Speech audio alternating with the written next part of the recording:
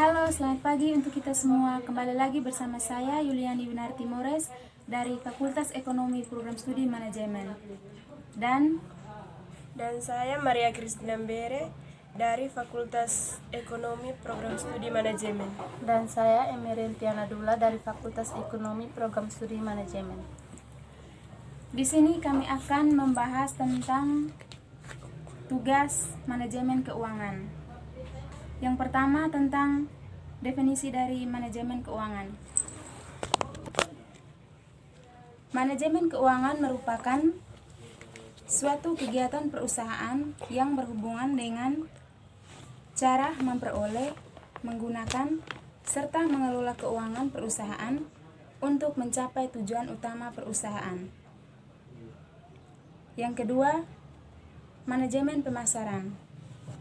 Manajemen pemasaran merupakan analisis perencanaan, implementasi, dan pengendalian atas program-program yang didesain untuk menciptakan, membangun, dan menjaga pertukaran yang menguntungkan dengan pembeli sasaran untuk mencapai tujuan-tujuan organisasi atau tujuan-tujuan perusahaan. Yang ketiga, manajemen sumber daya manusia.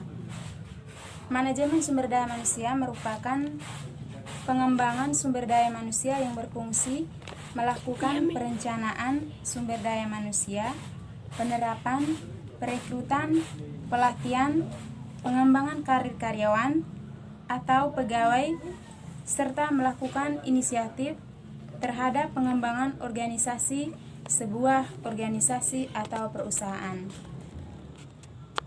Dan berikutnya saya akan membahas tentang perbedaan antara pedagang dan pebisnis. Seorang pedagang biasanya bekerja seorang diri atau jika memiliki pegawai, pegawai tersebut hanya membantu kegiatan penjualan atau produksi semata, bukan membantu untuk mengembang usaha. Sedangkan seorang pebisnis, mereka akan merekrut orang-orang profesional untuk mengembangkan bisnisnya.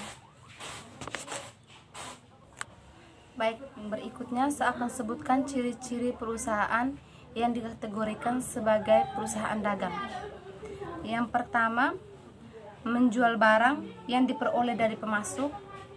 Yang kedua, tujuannya menjual kembali barang tanpa mengubah bentuk. Yang ketiga, memiliki persediaan barang jadi. Yang keempat, dalam menentukan harga pokok barang relatif mudah. Yang kelima, tidak menggunakan laporan perusahaan jasa. Ciri-cirinya yang pertama, tidak menjual barang atau produk, tetapi menjual dalam bentuk jasa. Yang kedua, tujuannya memperoleh laba keuntungan yang ditetapkan. Yang ketiga, tidak memiliki persediaan barang. Yang keempat, tidak menentukan harga pokok barang. Yang kelima, tidak memerlukan pembuatan laporan harga pokok produksi.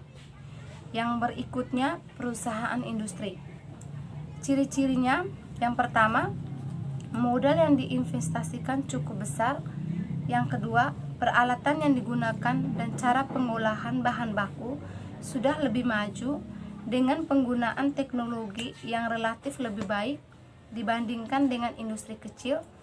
Yang ketiga, para pekerja sudah memerlukan keahlian khusus. Dan yang keempat, sudah terdapat patokan jam kerja. Sekian dan terima kasih. Setelah menonton video ini, jangan lupa Like, Komen. and subscribe channel YouTube kami. terima kasih.